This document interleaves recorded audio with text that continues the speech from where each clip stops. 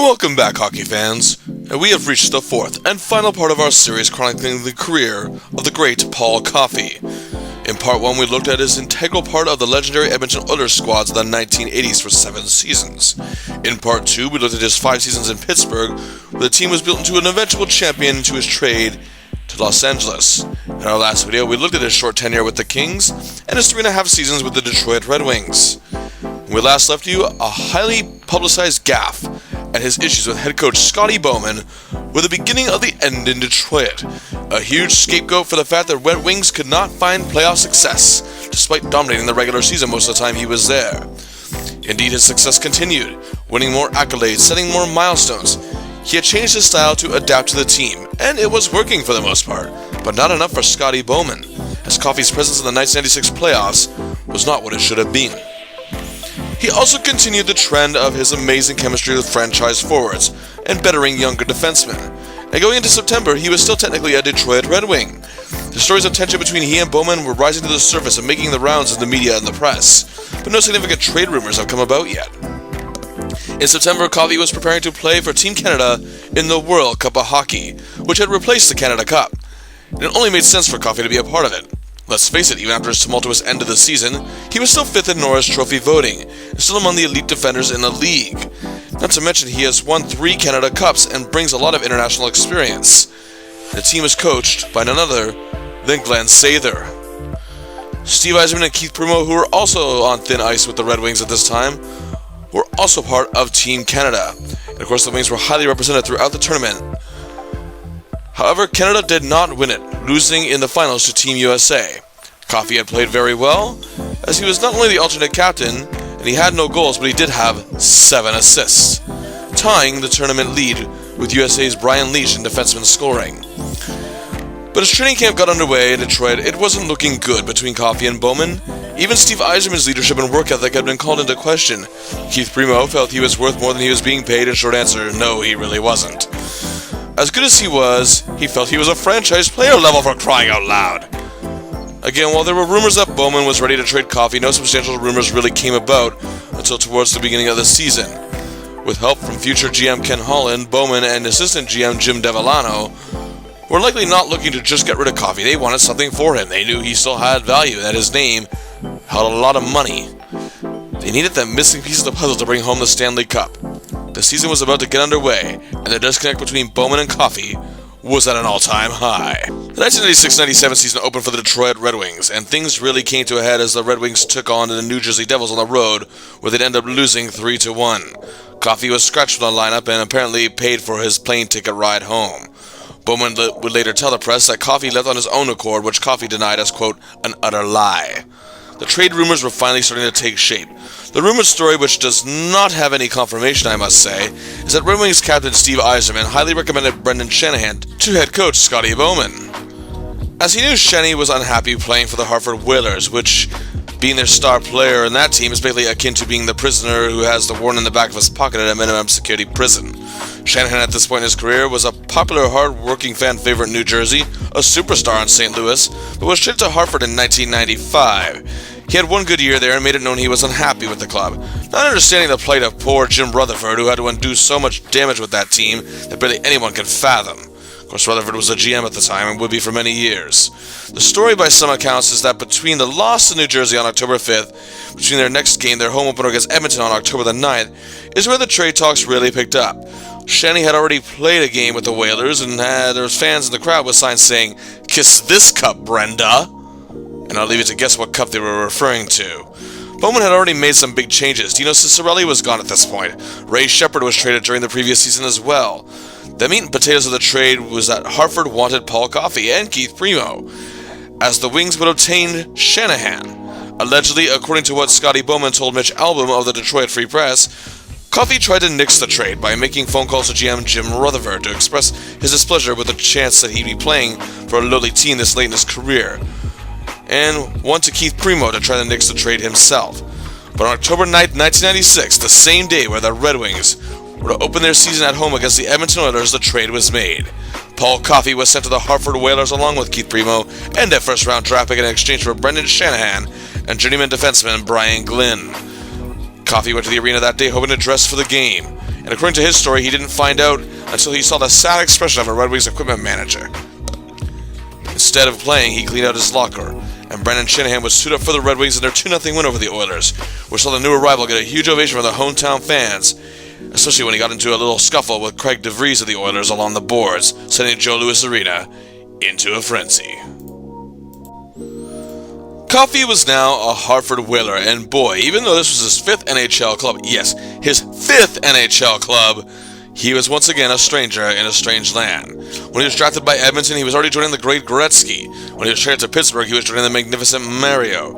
Even in LA, while things didn't pan out, he was happy to be there for a chance to play alongside Gretzky again. And in Detroit, of course, he had Fedorov and Yzerman, among others. In Hartford, he wasn't joining their star player because, well, that's who they traded to get him. To sum it up, the Whalers joined the NHL in 1979, formerly known as the New England Whalers of the WHA, a very successful franchise in that league, I might add. Now in their 18th NHL season, they had made the playoffs a mere 8 times, the last time being 1992, and they had won 1 playoff series that entire time. This team was a heaping mess and a perennial joke, but unlike the Pens when Coffey joined them in 1987, they didn't have a phenom player that they were starting to build around. General Manager Jim Rutherford did have the unenviable task ahead of him when he took over in 1994, and even had to give up Chris Pronger to get Shanahan. People laugh at that trade today, but at the time it's easy to see what Rutherford's intentions were. But then, the team had such a negative cloud around it that Coffey himself was clear about not wanting to play there. At the time, the team was coached by a young Paul Maurice, a determined bench boss who was looking to get the most out of what had been given in front of him. The team had good players, no doubt. Jeff Sanderson had definitely been the best player in the last 5 years outside of, well, the one they had with Shanny. Andrew Castles was also quite consistent for a while at this point, too. The defensive core in Hartford actually had a fair share of talent, including veteran Glenn Wesley, as well as South Gerald Diddock. But this was not what Coffey was used to. Clearly, he wanted to spend his final years in the league with a contender. But see, he's always been with contending teams, and just my opinion alone, it would have been nice to see what he could do with a lower-tier team at this stage in his career, providing veteran leadership, while still using his natural skills to make them into something more than they are, and mentor the young defenders like he'd been doing with prior teams. But again, with the Red Wings so close to a cup, Coffey's frustration was pretty understandable. Coffey made his debut for the Hartford Whalers on October 12, 1996 in a game against the Florida Panthers. The team lost 6-0 to defender Eastern Conference champions on the road. But on October 13th, the very next day in the Hartford Courant newspaper, that's not what made headlines. In an interview with the Courant newspaper, Coffey had a lot to say. It also included a quote from his now former teammate and Detroit captain, Steve Yzerman. Yzerman stated, "Sure, it could have been handled differently.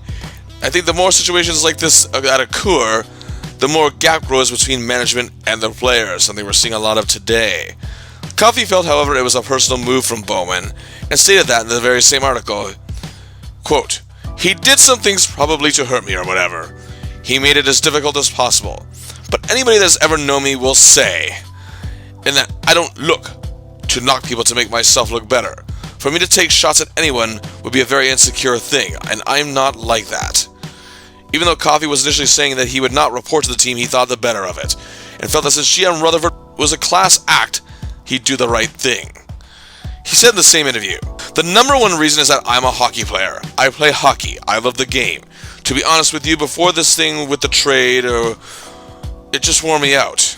I was so tired, mentally tired. I thought about retiring for a second, not long. I was saying to myself, and excuse the language, but I was saying, expletive, is this worth it or what? It had nothing to do with Hartford. This is just stuff I went through. The last couple days, I just missed the game too much. I want to play. It's what I do." If that right there does not show the class of an athlete, then I don't know what does. It's not a place where he wants to be. Had very little to do with the players or even GM Rutherford. It was the same issues that Shanahan had had with the team before. After all, the franchise's status was in limbo and may not be around the following year, and Coffey truly did not want to end his career with a team that didn't have a chance to be a winner. And it's easy to understand for a guy who had done so much winning in his career where his standpoint was. And while Bowman, it seemed, did have a personal issue with Coffey, I don't think that was his motivation, at least not his primary one for this trade. I truly believe that he really wanted Shanahan on the team. Bowman has never let spite triumph over what's best for his team. Otherwise, I don't think he would have become the greatest coach of his time, or for that matter, arguably of all time. The next game, Coffey would get hurt in a Whalers 3-1 win over the Islanders. He'd miss the next 4 games, and would miss 2 more in November. Coffey never really dogged it in Hartford, as some may say, but he definitely wasn't able to put together anything like he could with any other team he played for. He still clearly wasn't happy where he was. And Rutherford began making phone calls. After a tight 3-2 loss against the Philadelphia Flyers, where Coffey was held scoreless on December 12, 1996, his time in Hartford had come to an end after only 20 games with the team. With 3 goals, 5 assists for 8 points, it was even on the plus-minus side of things. He was set the next game against the Flyers at home, and the very next day was traded to the Philadelphia Flyers with a 3rd-round draft pick on December the 15th in exchange for a 1st and 7th-round draft pick and defenseman Kevin Haller. Rutherford didn't make this one work, let's just say. Coffey's time in Hartford was the shortest tenure of his career at this point. And I tell you, in Hartford, the only person you can really say that he had chemistry with was, well, Jeff Sanderson, collaborating with him twice on assists and assisting on one of his goals. The Whalers' record with Coffey in the lineup, however, was 8-6-6. Without him, they were 6-3-0. Indeed, at the time of the trade, the team was 14-9-6 for 34 points. Good enough for 1st at the time in the Northeast Division and 2nd overall in the conference. And they'd recently acquired Colorado Avalanche defenseman Curtis Lashishin, fresh off a Stanley Cup win. The timing was not good in this whole scenario, as the Whalers were trying to build their defense, and while Haller was good for the trade, I suppose, it's sad that they couldn't keep Coffey for a chance at a playoff run, as the team is off to its best start in many years. And as you can see in this graphic, however, the Flyers were off to a pretty good start as well. But regardless, there was no looking back for Coffey's time in Hartford. It was up. In his 20 games, he had 3 goals, 5 assists for 8 points, and again was even on the plus-minus side of things. He even gave a very good interview the day he arrived as a member of the Whalers to the Hartford Courant, and helped the team to one of its best records in the conference at the time. And perhaps maybe gave up too soon. The only legacy in Hartford is being the team that Detroit traded him to. That's Coffey's pretty much only legacy with that franchise. But now Coffey was finding himself on another team, a contender to boot. He played alongside the great one, the magnificent one, the Stevie Y one, and the Fedorov one, and now he's going to be playing alongside a man who for many years was being touted as the next one.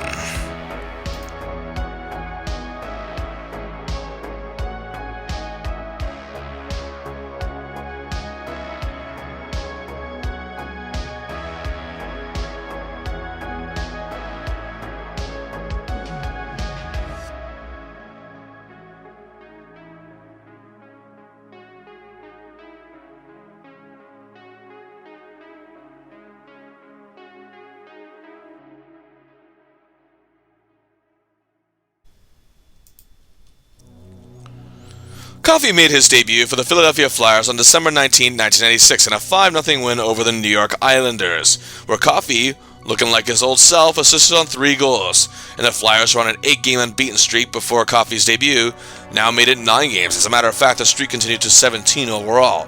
Out of those next 9 games, Coffey would play 5 during the continuation of that streak. He had a goal and 5 assists for 6 points and was a +6. To of course add more context to this, Coffey was joining a very stacked Philadelphia Flyers team that, like the Detroit Red Wings, had been spending the last few years building to a championship. The team had one of the best in the game at that time, the towering Eric Lindros, who many felt would be a more complete player than Wayne or Mario when he was first discovered by scouts in his late teens. At 6'4", over 230 pounds, he had strength and power up front, wasn't afraid to get aggressive, and even dropped the gloves occasionally. He was a great playmaker and leader. At this point, he had 1 Hart Trophy win as League MVP, won the Pearson as the Player's Choice for MVP. He's been a first and second team All-Star once each, and was a leader, of course, of the famed Legion of Doom line with All-Star left winger John LeClaire, who I will boldly say, along with Shanahan at this time, was the best in the position. And on the right side, you had the reliable Michael Renberg. And of course, it also does not hurt when you have a team with Rod Brindamore there as well, and an all-star defenseman that Coffey can join in with, Eric Desjardins, and also veteran Peter Svoboda. And to cap it off, you had a promising up-and-coming youngster at 21 years old, rookie Jani Niinimaa, who Coffey personally took an interest in, again taking his mentorship role very seriously as a legendary veteran. Coffey had become known for that as his career had progressed. Sure, he wasn't racking up the numbers he used to, but he made the most of the situation. For the 14th time in his career, Coffey would also play in the NHL All-Star Game. The only 3 times he had missed it in his career at that point was his rookie year, plus Rendezvous 87 when she was supposed to play, but of course was injured, and in 1995 where there was no All-Star game due to the lockout-shortened season. However, his streak of being voted to start the game came to an end after 9 fan vote selections, losing out to arguably his biggest contemporary of this era, Raymond Bourque, as well as Brian Leetch of the Rangers. Coffey still, however, came in third in voting.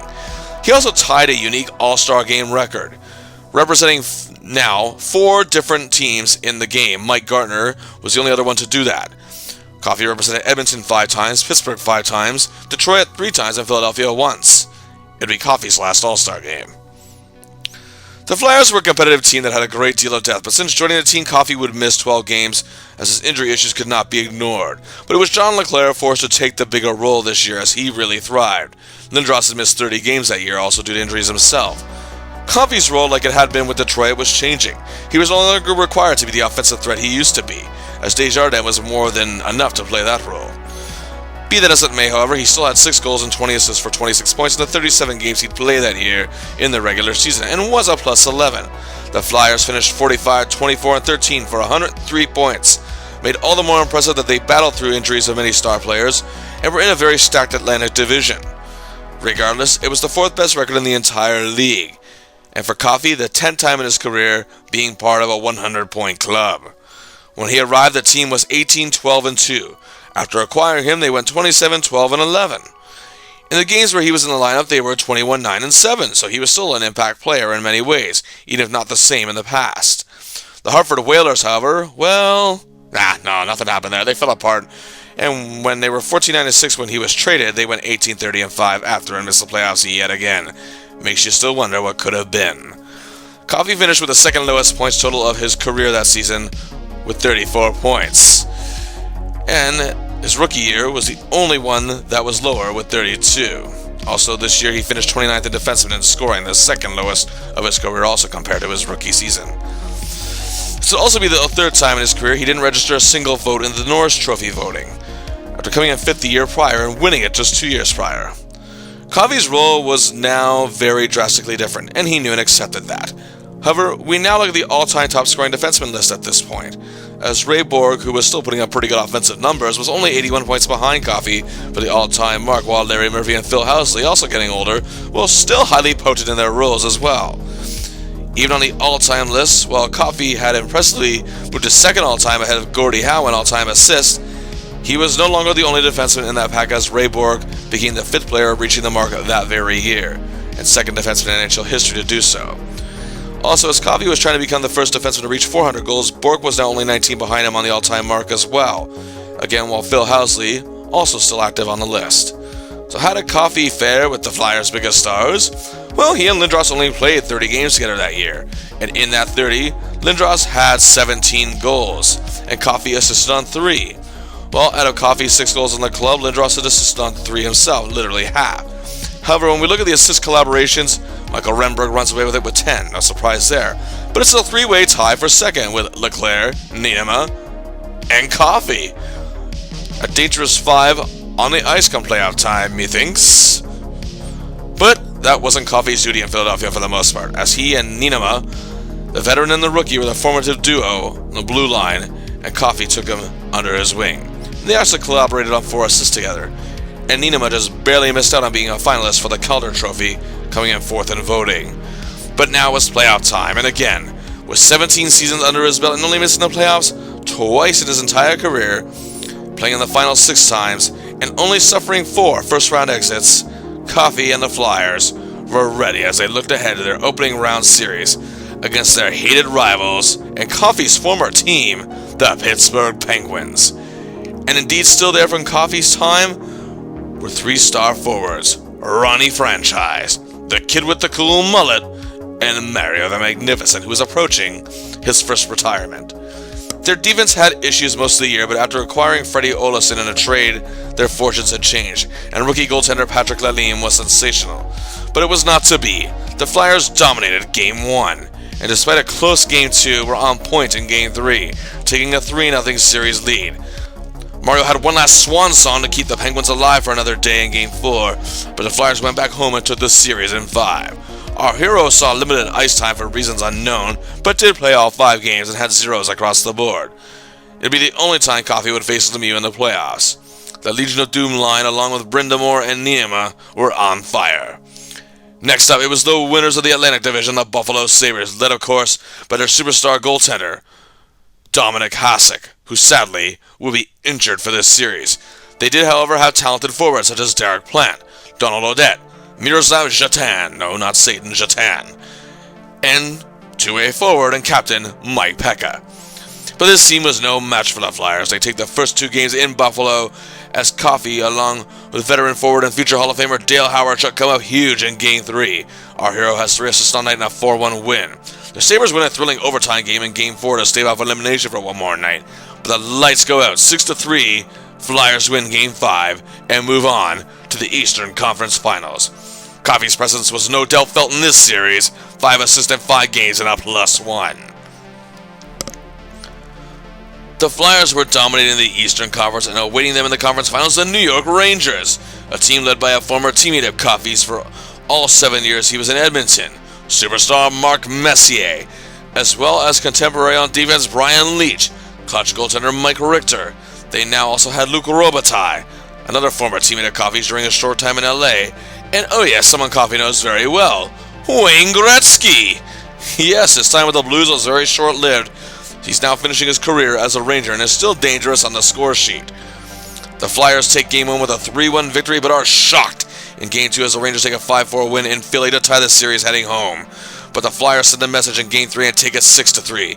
And in Game 4, Lindros scores with 7 seconds to play in the third period to win the game. And back home, the Flyers take the series in 5 games and are headed back to the Stanley Cup Finals for the first time since 1987. Where they lost to the Oilers with Messier, Gretzky, and Coffey on that team. And speaking of Coffey, he was playing well once again, a goal and 3 assists in 5 games and a +1. And another interesting stat is that Coffey is now 2 for 2 against Gretzky in playoff series, the only time they faced each other in the postseason. So now Coffey was about to play in his 7th Cup final, aiming for the 5th ring of his career. He has another chance to join that unique list of players who have won the big prize with 3 different teams. But standing in their way, the Detroit Red Wings. Yes, can you believe it? For the 4th time in his career after being traded away, the team he has left has made it to the finals. Both the Oilers and Penguins won, while the Kings had lost. Literally only Hartford at this point was the only team not to do so. The Red Wings, however, while still stacked, are not as dominant. They won 38 games, 24 less than the year prior. While still bolstering an impressive 94 points, that's still 37 less than the year prior. The Wings had a bit of a tougher road to the finals than the Flyers, but they still looked great. They beat the St. Louis Blues in another grueling series, this time in 6 games. They, however, swept out the mighty Ducks of Anaheim, and in the biggest playoff revenge story in history, beat the defending champion Colorado Avalanche in 6 games, who had the best record in the league to boot. But the Wings were still considered underdogs here. Boy, that story would have been different a year prior. However, this team seems more disciplined and focused than they did in the past. Yzerman's defensive game has seen a dramatic turnaround. The Russian 5 are as dangerous as ever. Shanahan had an outstanding year, while Bowman made the right call going with veteran Mike Vernon in net. And oh yes, at the trade deadline they got a new defenseman, Larry Murphy. Remember him? Coffey, however, was not focused on revenge. He even says as much in an interview just before the finals were about to begin. He said this isn't about Coffey versus Bowman, it's the Flyers versus the Red Wings. Plus the fact that Coffey was still on good terms with most of his former teammates meant it wasn't all that personal. But here it is. Game 1, set to take place in Philadelphia on May 31st, 1997, just 1 day before Coffey is set to turn 36 years old. Nicholas Lidstrom and Larry Murphy, the new pairing, absolutely take the Flyers apart. The Legion of Doom line produces a bit, but not enough. Our hero isn't good. He's a -2, a huge Game 1 loss. But this Flyers team can most definitely regroup. However, Game 2 has to be one of the worst nights of Paul Coffey's career. He's a -3. To boot has 6 penalty minutes and is in the box for a power play goal scored by Yzerman. And also 2 goals in the game were scored by Shanahan. Another 4-2 loss, and on ice for those 3 of those Detroit goals, and in the box for the other. If that wasn't bad enough, late in the game he took a clean check from Darren McCarty. He sustained a concussion, would not be cleared for Game 3, and would miss the rest of the series, and, well, this one has to sting more than the rest. When he left Edmonton and they'd won it in 88, he already had 3 cup rings with them in 4 seasons. They were already a dynasty in the making at that point. Meanwhile, the rebuilding Penguins teams that he had helped win the cup in 91 and 92, even though he wasn't there, he was still a big part of the reason why they were able to repeat. So you can at least take solace in that fact. Even when the Kings made the cup in 1993, maybe they could have even done better if they had him on the team, as they ended up losing to Montreal. But this, towards the final years where he wanted to be a winner, felt he was on his way to at least one more. But he still ends up on a winning team regardless. But in his last game of this tumultuous year, has truly a lowly night. And overall, a forgettable series, as Detroit sweeps the Flyers to win their first cup in 42 years. Something he most certainly wanted to be a part of in that team, issues with Bowman aside. Coffey's time in Philadelphia would be the last time he'd be so close to a championship again. He had 6 goals and 20 assists for 26 points in 37 games with the team, was a plus 11. Played in his 14th NHL All-Star game, becoming the second player in league history to represent 4 teams in the midseason classic. He mentored young Jani Niinimaa to a great rookie season and made it to his 7th Stanley Cup final of his career. That's still nothing to sneeze at. It certainly was one of the most memorable seasons of his career, even if not for all the right reasons, with a total of 9 goals, 25 assists for 34 points. A year that started participating in the World Cup of Hockey, and where he did technically start as a Detroit Red Wing, but never played any of the 2 games he was slated to play, was traded to Hartford. Wasn't happy, played 20 games there, and was traded to Philadelphia. Made it all the way to the finals, but his season ended with one of the lowest nights of his storied career.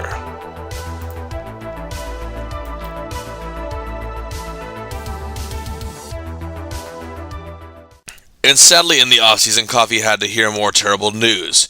Just days after the Red Wings had won the Cup, former teammate Vladimir Konstantinov's career came to a tragic end while he was a passenger in a limousine which had crashed, severely injuring him and confining him to a wheelchair and nearly ending his life. Despite the tough end to a very tumultuous year, Coffey surged on, and he stayed with the Flyers going into the 1997-98 season. But again, he had more news he didn't want to hear. Paul Coffey, with 3 Canada Cup rings, plus a World Cup of Hockey participation, even played in a World Hockey Championship tournament as well, was not invited to take part in the Olympic orientation camp, as NHL players were set to compete for Olympic gold for the very first time.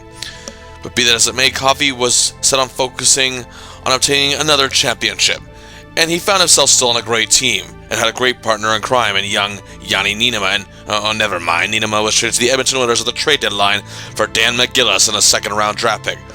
Would have been better trading for a bag of pucks than perhaps a double-double.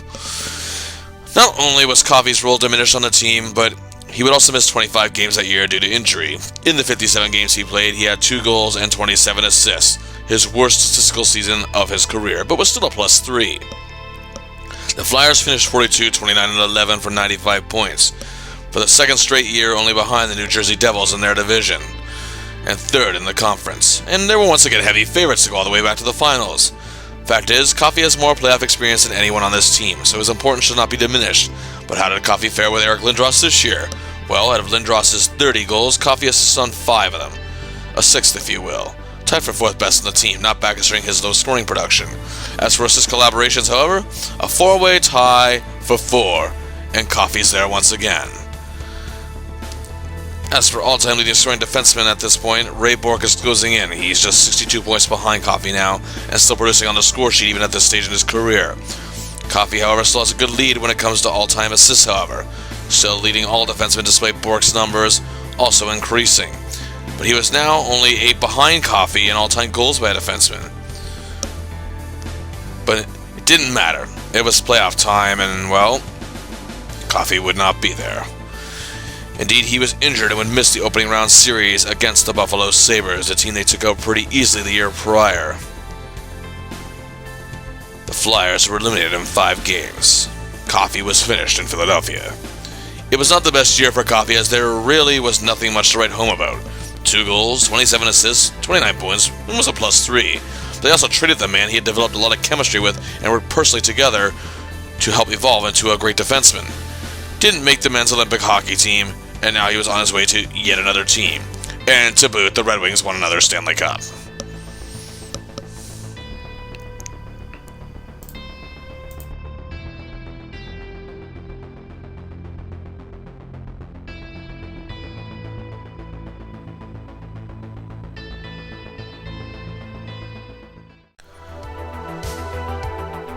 On June 27, 1998, the day of the 1998 NHL entry draft, Bob Clark officially traded Paul Coffey to the Chicago Blackhawks in exchange for a 5th-round draft pick, which ended up being Francis Belanger. He only played 10 NHL games, none of which were even for the Flyers. Sadly, even though he wasn't completely far gone, it was clear Coffey's value was diminishing across the league. Made all the more sadder because his contemporaries such as Bork, Murphy, Stevens, McInnes, Leach, and now even his new teammate Chris Chelios were still heavily productive. But at least there's a team that still sees value in him. I'm sure there was probably more than 1 or 2 teams that still saw value in him. His 2 seasons in Philly did show that he still had something to offer, even if it wasn't the same that people were used to seeing. But sadly, his chances of finishing on a contender were gone.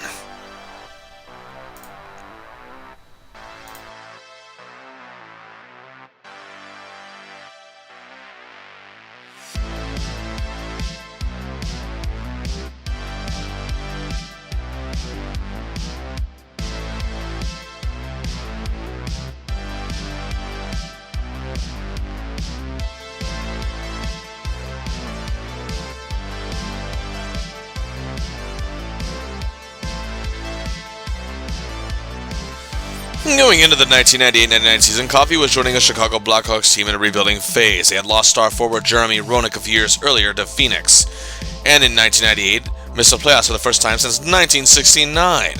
But Coffey was part of an original 6 club, so at least he saw a good prospect in that, and was going to get a chance to play alongside future Hall of Famer Chris Chelios and star forward Tony Amonte. But during training camp and the preseason, Coffey's back was acting up, and let me say, this pretty much doomed his time in Chicago from the get-go. Not even necessarily because of the injury, which did cause Coffey to miss the season opener and several other games. But he also misses the first 15 games of the whole season, in which the Blackhawks go 4-9-2, and were sitting second to last. At this point, before he even played a single game, Coffey's time in Chicago was under scrutiny due to accusations of a doctor giving him a shot that was supposed to help with his injuries, but was believed to have harmed him even further. Be that as it may, Coffey finally did make his debut on November 14, 1998, as Chicago was on the road against the Buffalo Sabres. The Hawks were humiliated 6-1, and Coffey had no points. It was a -1. Coffey had 3 assists on December 23rd when the Blackhawks snapped the 5-game winless streak with a 4-3 win over the Phoenix Coyotes. Their next game on December 26, 1998, was a 3-2 loss to Coffey's former team, the Flyers, where he had zeros across the board.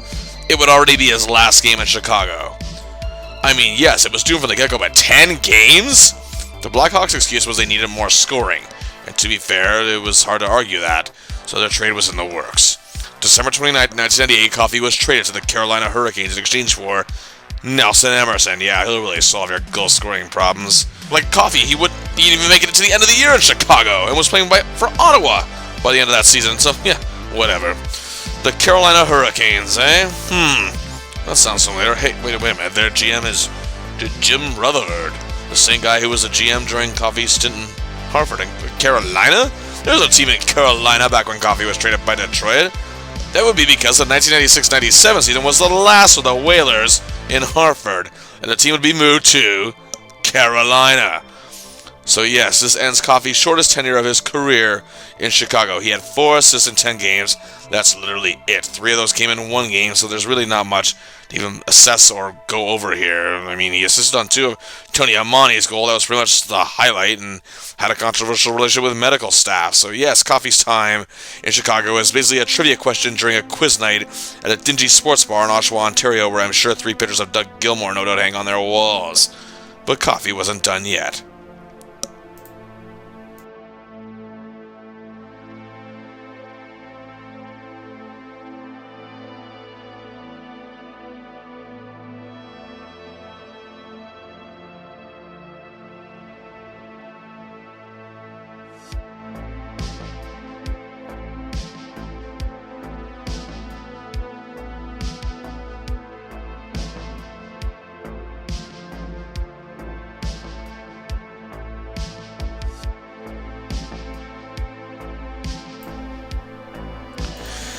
Yes, basically Coffey ended up on the same team he didn't want to play for just 2 years prior. Some may laugh at this bit of irony, but let's hear me out. Rutherford's efforts to try and make something of this club were actually starting to show, and perhaps maybe Coffey realized, or maybe his heart and passion for the game was still at an all-time high, despite his growing expendability, that he just didn't care where he played as long as he got to play. Plus, he was coming to a team that had some familiar faces, former Red Wings teammates Ray Shepherd and Keith Primo, the latter of whom was still there for the original Shanahan trade, and his former Pittsburgh teammate who was a poster boy for the decade for the original Whalers, Ron Francis, who had joined the team just that year. He's also joining a pretty formidable defense with Glenn Wesley, Curtis Lashishin, and other former Detroit teammate Steve Chesson. The Hurricanes were 16-14-5 when Coffey joined them for 37 points, first in the Southeast Division and third in the conference. He made his debut the day after the trade on December 30th, and while he was on the score sheet, Carolina won the game over the Tampa Bay Lightning by a score of 4-3. After Coffey joined the club, he only missed 3 games the rest of the year, and would play in 44 total games, but was not called upon to produce offensively. He only had 2 goals and 8 assists for 10 points and was a -1. He was there for his veteran leadership, and his presence was still, pretty much there. Carolina hung on to first place in the Southeast and not only clinched the playoffs for the first time since the Whalers did so in 1992, they achieved their first winning record since 1989-90 and their first division championship since 1986-87. Coffey's production slip, however, caused Bork to gain on him even further in the leading defenseman race. In points, Bork now only trailed Coffey by 19 points for the all-time lead, and they were now tied for the all-time lead in goals by a defenseman with 385. Also, Bork ascended to third all-time in assists and was only 19 behind Coffey to become the all-time leader amongst defensemen. Regardless, Coffey now had the playoffs to focus on, as the Hurricanes were going to take on the Boston Bruins. At last, we were robbed of seeing this in 1991. We were so close. Coffey versus Bork. But now we finally get the battle. Game 1 in Carolina. Coffey, however, misses it, and the Bruins defense is all over the Hurricanes in a 2-0 win. Coffey, however, is back for Game 2 and plays a stellar outing with an assist and is a +3. This one, however, needs overtime, and Ray Shepherd scores the winner to tie the series as it shifts to Boston. It's another tight-knit battle for Game 3, but the Hurricanes take it with a 3-2 win. In Game 4, however, the Bruins tie the series with a dominant 4-1 victory. But now the series is going back to Carolina. It's another thrilling battle, as with 1:45 to play, Sammy Kapanen ties it for the Hurricanes, ascending into overtime. Both goaltenders, Byron Dafoe of the Bruins and Arthur Serbe of the Hurricanes, are amazing, but Anson Carter silences the crowd in double overtime, and the Canes are on the verge of elimination, as Bork has a huge 3-point night, as he is hungering for his first Stanley Cup ring in these playoffs. Game 6 in Boston, Byron Dafoe is a wall and stops all 31 shots. The Bruins win 2-0 and win the series in 6 games. Coffey, however, wasn't much of a presence in this series other than his great performance in Game 2, and is outplayed by Bork. Coffey's role as a veteran leader in Carolina was something he seemed very comfortable with. 2 goals, 8 assists for 10 points, and a -1 certainly doesn't sound like much, but he did help the team to their first playoff appearance in 7 years, the first winning record in 9 years, and first division title in 12 years. It was his lowest point total of his career to date at that point, but Coffey was still eager to play hockey into the 21st century. And as for the Flyers, well, yeah, okay, they didn't win the Cup. They actually got beat out in the first round again, this time by Toronto. Also, to save the suspense, the Blackhawks didn't make the playoffs.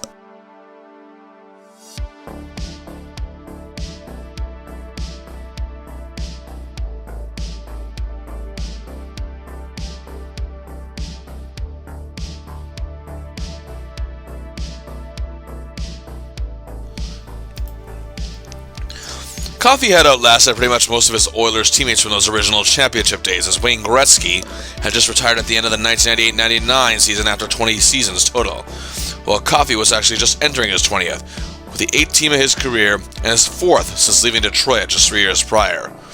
The Hurricanes were a team on the rise with talented players, and Coffey was going to be a significant part of it. But the Hurricanes were also overcoming tragedy, as defenseman Steve Chesson was killed in a car accident just shortly after the Hurricanes were eliminated from the playoffs. Coffey stepped up in a big way, but the team faced new competition in the Southeast Division, as the Washington Capitals had a resurgent season. The Florida Panthers also roared back as well. It was a much tougher outing than it was last year. Our hero, however, became quite offensively potent again. 11 goals, 29 assists for 40 points. his highest total since being traded from Detroit.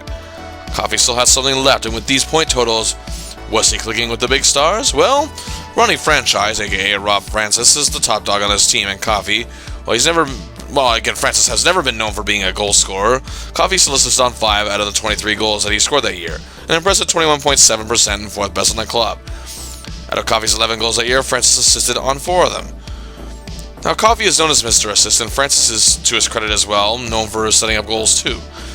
But let's see how Ronnie's assist collaborations were that season. Sadly, however, Coffey is nowhere to be found, as Sean Hill seems to be filling the Paul Coffey role, and as he was Carolina's top scoring defenseman, and odd considering he never had a statistical season like that again, nor did he have one before.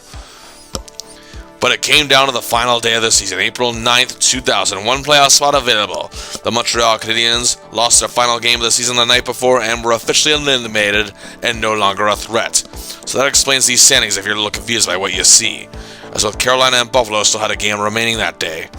Carolina needs to beat the lowly expansion Atlanta Thrashers, while the Sabres only simply need to make it to overtime, win, lose, or tie to clinch a playoff berth no matter what. So the Kings just need the Sabres to simply lose in regulation. Well, our hero comes up in the clutch. 2 goals and the Hurricanes hang on to win 2-1, holding the Thrashers off even though they scored a late goal with less than a minute to go. Coffey is even named the first star of the game. But sadly, a very dull outing between the Capitals and Sabres goes to overtime, and that's all the Sabres need to clinch. The Hurricanes are out for only the 3rd time in 20 seasons. A team that Paul Coffey is on will not be in the playoffs. And despite his outing, he has just played his last game in Carolina.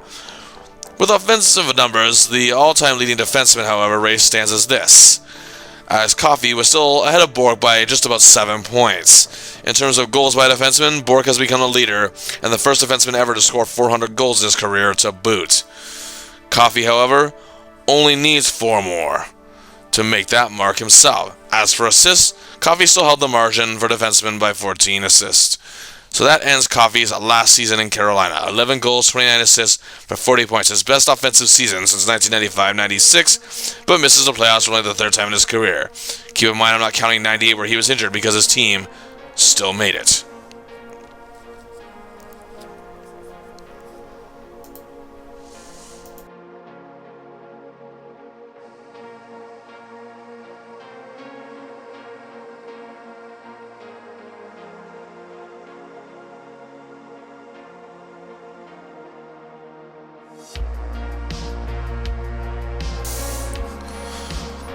So it was the summer of 2000. Coffey had 20 NHL seasons under his belt, while Ray Bourque was closing in and now even beating some of his records. He really had nothing to prove, however. His ticket to the Hall of Fame had already been punched years ago, but clearly his love for the game wouldn't let him stop even at age 39. He was still getting offers. The Hurricanes wanted to hang on to him. The Toronto Maple Leafs apparently showed interest as well. There were also rumors coming out of the New York Rangers camp because their GM at this time was none other than Glenn Sather. Also, apparently, former teammate Mark Messier was also very keen on that deal. Also, there were unconfirmed rumors that the Phoenix Coyotes were interested, as well as the LA Kings were hoping to bring him in for maybe a second stint. It just goes to show that teams still saw value in him. But it was on July 2000, barely just 2 weeks after becoming a free agent, he signed with the Boston Bruins. The Bruins, late in the 1999-2000 season, traded the great Ray Bourque after 21 seasons with the team to the Colorado Avalanche so he could play on a Stanley Cup contender. Perhaps this was a way of trying to replace Bourque with a man who he'd been often compared to for many years. But Pat Burns, the head coach of the Boston Bruins at the time, was very high on him, as was GM Harry Sinden.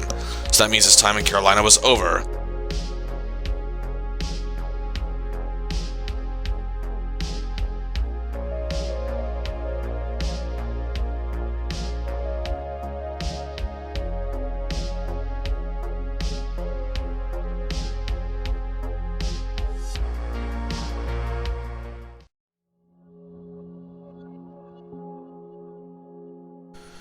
So it's crazy to think that Coffey is going into his 21st season in the NHL, yet so is another contemporary of his, Larry Murphy. Ray Bourque was actually going into his 22nd. Phil Housley and Scott Stevens were each in their 19th. Al McInnes his 18th. Chris Chelios will be in his 17th, and even Brian Leach will now enter his 12th. Sadly, however, and I mean no disrespect to Coffey when I say this, but it seemed as though those men still had more value to their teams than Coffey had at this point in his career. That's not to say he didn't have any, however. But this series is called 5 years, 5 clubs, and the end for a reason. Because his career was about to go with a whimper rather than a bang. The Bruins at this point were a complete mess, and Coffey was already having injury issues. 8 games into the season, after a 4-game losing streak, Pat Burns was fired. Now, Mad Mike Keenan was the coach of the Bruins. But hey, Coffey has nothing to be worried about, right? Keenan loves former Oilers. Anyway, Coffey just couldn't get anything going. He was a non-factor, and truly was not worth the money he was being paid. He had 4 assists all year, and was a -5 in the 17 games he had played so far that season, going into a December 4th game against the Atlanta Thrashers.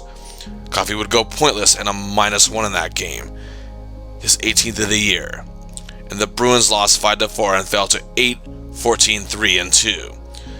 In the 18 games Coffey had played that year, the team was an abysmal 3-12-2-1. It's likely that Mike Keenan would notice something like this, and management likely did as well. No goals, 4 assists, and a -6 in the season. And that was it for Paul Coffey in Boston, and forever. The very next day, Paul Coffey was placed on waivers by the Boston Bruins. Soon after, he would clear waivers, but Glenn Sather, however, still seemed interested in bringing him to the New York Rangers. But the politics behind it never panned out. Even a minor league stint was an option for Coffey, but of course, his career ending like this is bad enough. But that would be just even worse. As we said, no goals, 4 assists, a -6 in just 18 games before being placed on waivers. Coffey's time in Boston pretty much had ended his chances of playing in the NHL again. Confirmation that people had speculated on for years that his career was always over ever since he left Detroit, but he had defied the odds to his credit. But this time, there was no coming back.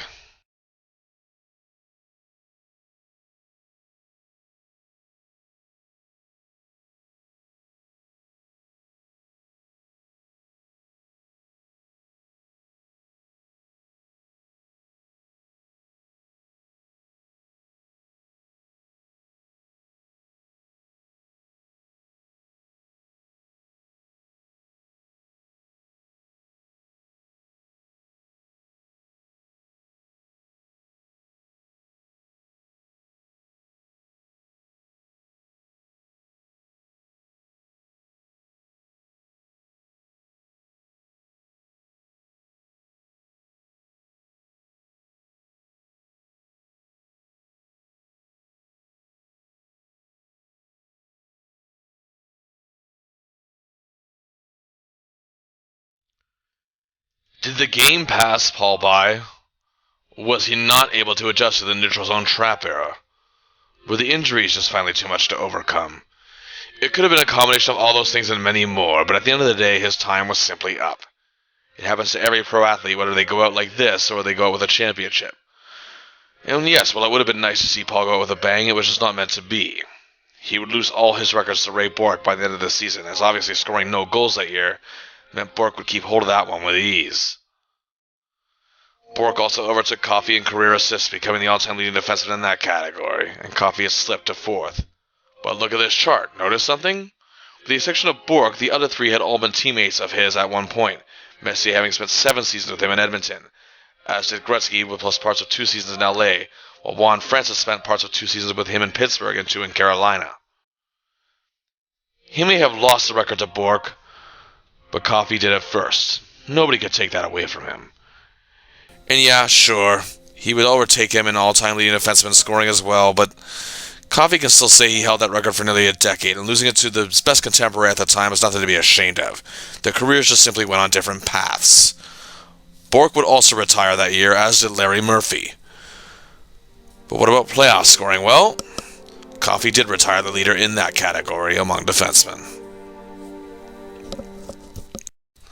Coffey retired with 396 goals, 1,135 assists for 1,531 points, and a career plus 288. 3-time Norris Trophy winner for the league's best defenseman, 4-time first-team All-Star, 4-time second-team All-Star, 14-time All-Star game appearances, led all defensemen in scoring an NHL record 8 times, was also in the top 10 in league scoring 8 times as well, a record for defensemen. the second defenseman to reach 1,000 points, the first to reach 1,000 assists. He still holds a single-season record for goals by a defenseman with 48 and shares the NHL record for points by in a game by a defenseman with 8. But we are not stopping there. He was a finalist for the Norris Trophy 6 times, registered a vote for that trophy 14 times, was voted to start the NHL All-Star Game 9 consecutive times, again the second player to represent 4 teams in the Mid-Season Classic, was the first defenseman to be named the year-end All-Star team with 3 different teams. On the international scale, he won 3 Canada Cups, was on the 1984 Canada Cup All-Star team, and also participated in the 1990 World Hockey Championships and the 1996 World Cup of Hockey. Oh, and of course, playoffs. Who could forget that? All-time leading playoff scorer among defensemen with 196. Still holds a single playoff season record for points by a defenseman with 37 in 1985. He played on 7 Stanley Cup Finals with 4 different teams, and more importantly, has 4 Stanley Cup rings. Also, he had his number retired by the Edmonton Oilers. Is a member of the Penguins' Ring of Honor and the team's Hall of Fame. And to the surprise of literally nobody, was inducted into the Hockey Hall of Fame in his first year of eligibility in 2004, and in 2017, named one of the 100 greatest players in NHL history. Anyone who retired with this kind of hardware to his credit truly is something special. He will go down as one of the smoothest and skilled skaters of all time. And no, I'm not saying he's better than Bobby Orr, so don't get on my case. But I truly believe, like Bobby Orr, he turned the defenseman position on its ear. But let's dig deep one last time. Let's look at overall team success, and we're only counting where Coffey finished this season, so his last seasons in Pittsburgh and LA will not be counted, and neither will his time in Hartford nor Chicago or Boston, as he never made it to the end of the season with any of those teams. So, in 7 seasons with Edmonton, he won 3 Stanley Cups, 4 conference championships, 4 division final wins, 6 opening round wins, and a playoff appearance every year there. Only 1 losing record season, 6 winning records, 6 100-point seasons, 6 division titles, and had the best record in the league 3 times. Out of 5 seasons in Pittsburgh, we look at all 4 full ones where he won a Stanley Cup, meaning he also had a conference championship, a division final win, 2 first-round wins, clinched the playoffs 2 out of 4 seasons there, and only had a losing record once in 4 seasons, meaning they had 3 winning records and a regular season division title. He did finish the 1991-92 seasons, however, in LA. The team had a winning record and clinched the playoffs, but didn't win a single series. And in 4 seasons in Detroit, they won a conference championship once, making the Cup. Won the conference semifinals twice. Also won the first round twice. Clinched the playoffs every year there. Had a winning record every year. 3 100-point seasons. 3 regular season division titles. Best record in the league twice. Since he never made it to the end of a season in Hartford, we jumped to Philadelphia. 2 seasons. Made it to the finals, winning a conference championship. 1 conference semifinal win. 1 opening round win. Clinched the playoffs both years there. And they had 100 points once. Again, we skip Chicago and go to Carolina. 2 seasons, a playoff berth, missed the next year, and did win a regular season division title, and had winning records both years there. So it all comes down to this in total. 20 full seasons, 4 Stanley Cups, 7 conference championships, meaning pretty much a third of his career he had made it to the finals.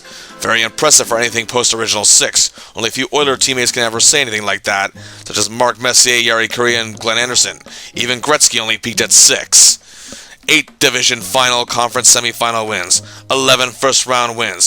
17 out of 20 seasons he made the playoffs, only 3 losing seasons, 10 regular season division titles, 10 years with teams having 100-point seasons, and was on the team with the best record in the league 5 times. So just how was he with the elite players on the teams he played for? Well, in the case of the Detroit Red Wings, we do count 2. But of course, we start with Edmonton and Pittsburgh. While they had many, we focus on the one. 1980-87 with Gretzky. Gretzky himself had 891 assists in that time frame. Coffey assists on 129 of them. Second best behind Jari Kurri's 137. That's good enough for 14.5%. In Pittsburgh, Mario Lemieux had 373 assists from Coffey's first year there to his trade in February of 1992. And he collaborated on 95 of them, the best on the team in that span, for nearly 25.5%, over a quarter. In LA, Coffey didn't get much of a chance to play with the injured Gretzky. However, he did play alongside another former teammate in Jari Kurri, as well as all-star left-winger Luc Robitaille. But it was his collaboration with future Hall of Famer Rob Blake that was the most memorable point in his tenure with LA. They collaborated for 10 assists in 60 games. As for Detroit, Fedorov and Yzerman were pretty much neck and neck as the franchise player on that team, is the way many see it. As for Fedorov, in the time they played together, he had 188 assists. Coffey and he had collaborated on 27 of them. That's 11.7% and third best on the team in that time, next to Nick Lidstrom and Slava Kozlov. As for Yzerman and their time together, Stevie Y had 186 assists, and Coffey had assists on 46, best on the team in that time frame. And even as Coffey's scoring production took a dramatic decrease in Philadelphia in 2 seasons out of Lindros's, he was second in that time frame for assist collaborations behind Michael Renberg. And there you see it. Coffey's impact on 6 Hall of Fame players in given time frames. As a matter of fact, Coffey would play alongside nearly 20 different Hall of Fame players, even some you could make a case for. Here's another interesting stat to look at. Let's take a look at some of the hardware that these names have attained while being Coffey's teammate. In the 7 years Gretzky and Coffey played together, Gretzky, of course, won the Hart and scoring title every year. 5 Lester B. Pearson Awards for NHLPA choice for MVP as well. Mario Lemieux won the Hart Trophy once, and the Art Ross for the scoring title 3 times, and the Pearson Trophy himself once. In Detroit, Steve Yzerman didn't win any individual hardware, but Fedorov did. A Hart Trophy, plus the Selke Trophy for top defensive forward, and the Pearson. So to sum it up, for Coffey's teammates, 9 Hart Trophies as league MVP, 10 scoring titles, 7 Pearson Trophies for NHLPA choice for MVP, and even a Selke. And yes, to sum it up, to make it clear to all of you, it is a two-way street. He helped make them better, and they helped make him who he is. And how are his numbers holding up today? Well, in terms of all-time leading defenseman scores, he's still at number 2, and the top 5 is still occupied by all his era's contemporaries. Brett Burns is the closest as the active leader with 770 at the time of this video. In terms of all-time playoff leading scoring defenseman, he's still number 1, and the only one to even approach his record was his former teammate, Nick Lidstrom. And Victor Hedman is the only one out of active defensemen even close with 88 points in the playoffs.